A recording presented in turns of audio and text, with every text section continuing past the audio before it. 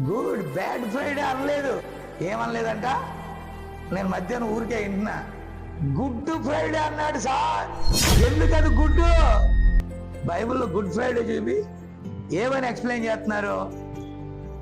Good Friday అని పేరు పెట్టారు మన పెద్దలు అంటున్నారు. పెద్దలు గిద్దలు ఎక్కడ అవసరంలా. మనకి పంపబడిన వాక్యం ఏం చెప్పింది అనేది మనకి ఇంపార్టెంట్.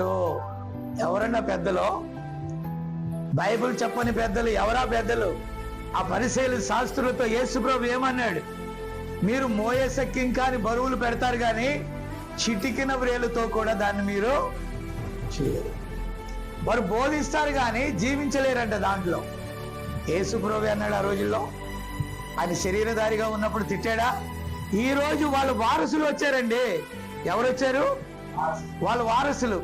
వాళ్ళే రెవరెండ్లు, బీడీలు, డీడీలు, పిహెచ్డీలు, యూనియన్ పెద్దలు, లీడర్లు. ఓ నాయన, వాళ్ళకి పరిశుద్ధాత్మ లీడర్షిప్ అక్కర్లేదు. వాళ్ళకి నా మాట విన్నారా? వాళ్ళే లీడర్లు. విన్నారా?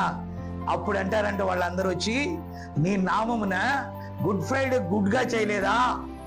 ఈస్టర్ ని ప్రజలకి బూస్టర్ ఇవ్వలేదా? ఈస్టర్ కి ఒక్కొక్క ఈస్టర్ కి మేము లక్షలాది రూపాయలు ఖర్చు చేయలేదా? నీ నామమున అది చేయలేదా? ఇది చేయలేదా? దేవుడు ఏమన్నాడు తెలుసా? అక్రమము చేయవారులారా,